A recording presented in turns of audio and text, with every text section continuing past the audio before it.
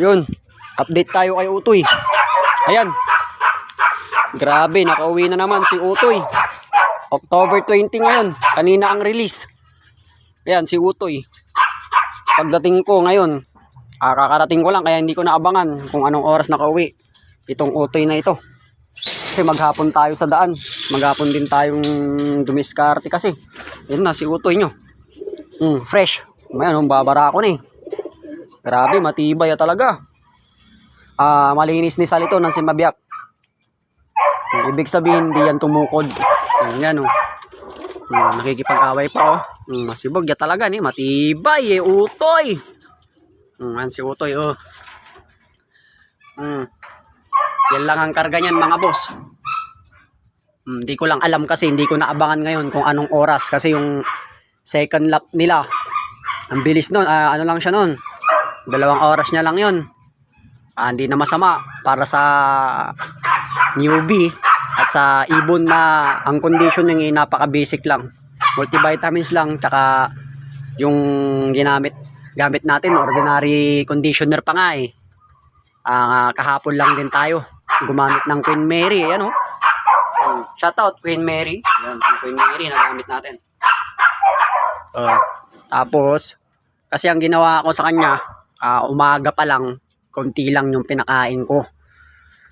Tapos, pagdating ng hapon, doon ako nagbigay ng maraming Queen Mary para biglaan yung kanyang dami ng kanyang kakainin. Tapos, tubig, hindi ako nagbibigay ng kahit anong vitamin sa tubig. Basta tubig lang, plain na tubig lang yan.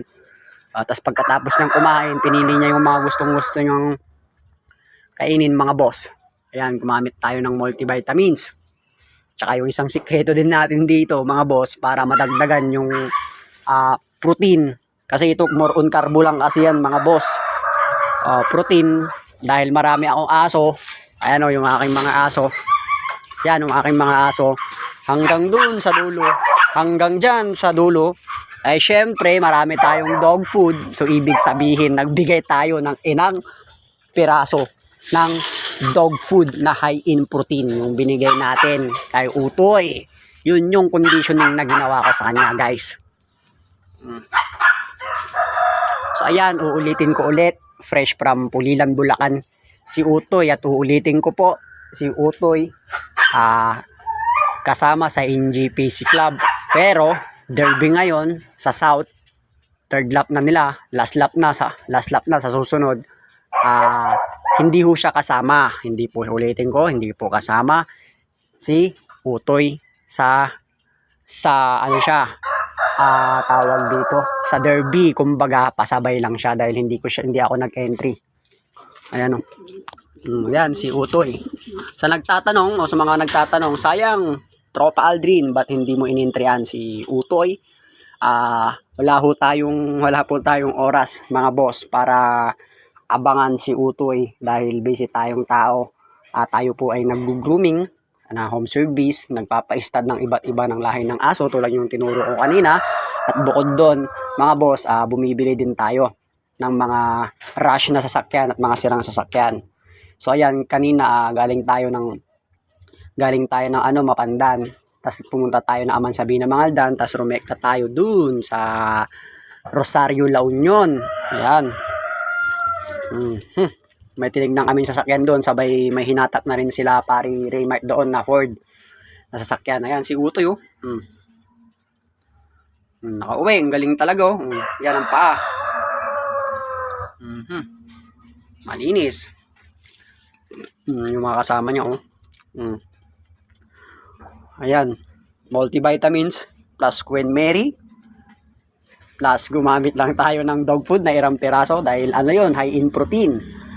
Kasi ang kagandahan sa ibon, pagka padulo sila ng padulo, dapat mas marami ang protein kaysa carbohydrate na kinakain niya. Kasi more on carbo lang yan, boss.